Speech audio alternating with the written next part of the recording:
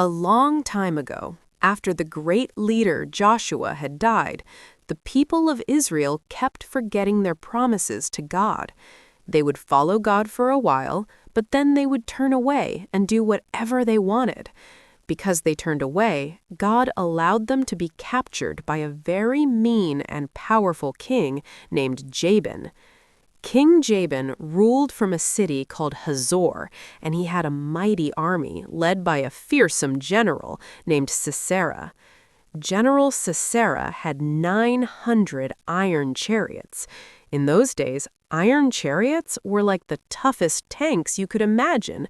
They were terrifying, and no one could stand against them. For 20 long years, King Jabin and General Sisera were very cruel to the Israelites. They took their things and made their lives miserable. The people felt helpless and trapped. Finally, when they could not take it anymore, they remembered God. They cried out to him for help, begging him to rescue them from their powerful enemies.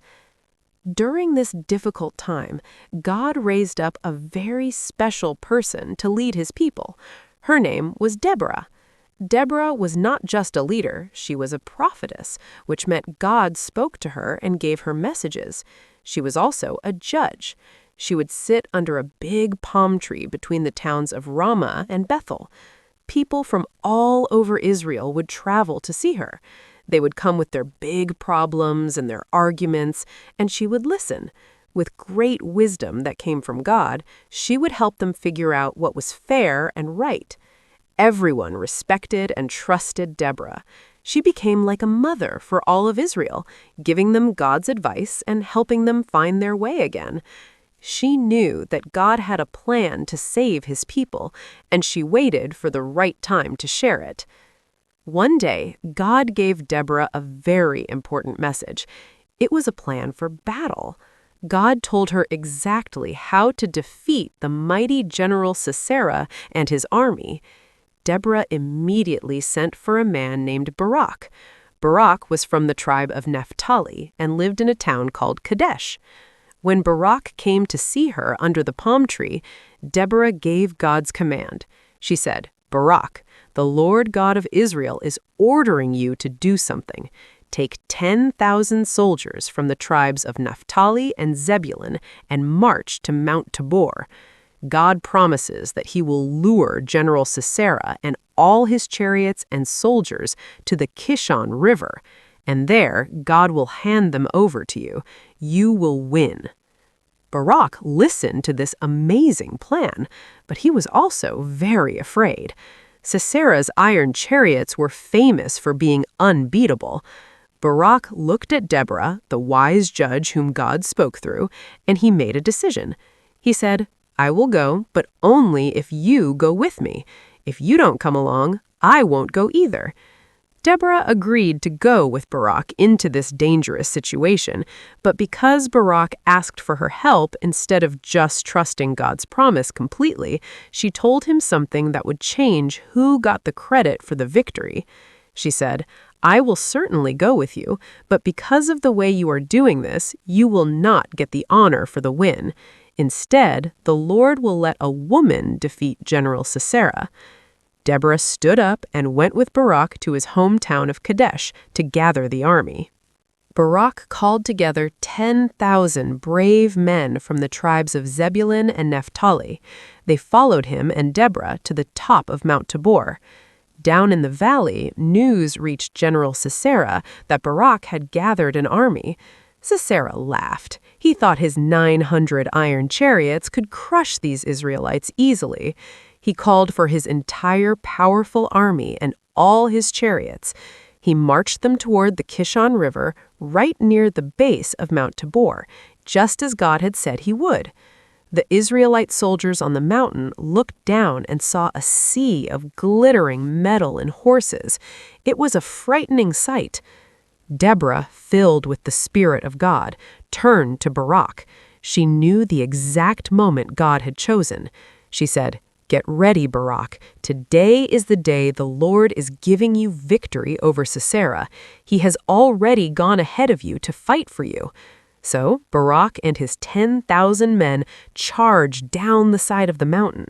At that very moment, God caused huge confusion in the Canaanite army. The book of Judges says the stars themselves fought from heaven against Sisera. Many people think a giant sudden rainstorm swept over the valley. The dry ground of the Kishon River turned into deep, thick mud. The heavy iron chariots sunk down and were stuck. They could not move at all. The mighty chariots were now useless. Panic broke out in Sisera's ranks. The soldiers tried to run, but Barak and his men fought with great courage. They defeated every single soldier. Not one member of that great army was left alive.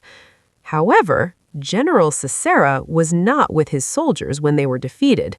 When he saw that his army was losing, he jumped down from his own stuck chariot and ran away on foot. He ran and ran until he came to the tents of a family called the Canaanites. They were at peace with King Jabin. A woman there was named Jael. She was the wife of Heber the Canaanite. Jael saw the exhausted general and came out to meet him. She called to him, "Come in, my lord. Come right in. Don't be afraid." Gratefully, Sisera went into her tent. She covered him with a rug to hide him. He was very thirsty, so he asked for water, but Jael gave him something even better, a skin full of milk to drink. Then she covered him again. The tired general felt safe. He said to Jael, "Stand at the entrance of the tent. If anyone comes by and asks if a man is here, say no." Then, completely worn out, Sisera fell into a deep, deep sleep. When Jael was sure he was asleep, she picked up something very unusual for a weapon. She picked up a tent peg and a heavy mallet, the kind used to hammer the pegs that hold ropes for a tent. She crept quietly over to the sleeping Sisera. She carefully placed the sharp point of the tent peg against his temple. Then, with all her strength, she swung the mallet and drove the peg right through his head and into the ground below. He died instantly. She had stopped the enemy of God's people. Soon, Barak came chasing after Sisera, following his tracks. He arrived at Jael's tent. Jael came out to meet him. She said, "Come, I will show you the man you are looking for." Barak went into the tent, and there he saw General Sisera lying dead with the tent peg in his head. Deborah's prophecy had come true. The great victory over the enemy was complete, and the final act was done by the hand of a brave woman, just as God had said. Because of this amazing victory, the power of King Jabin was completely broken. The Israelites grew stronger and stronger until they finally defeated King Jabin himself. The land was quiet and at peace for 40 years because of the faith and courage of Deborah, Barak, and Jael.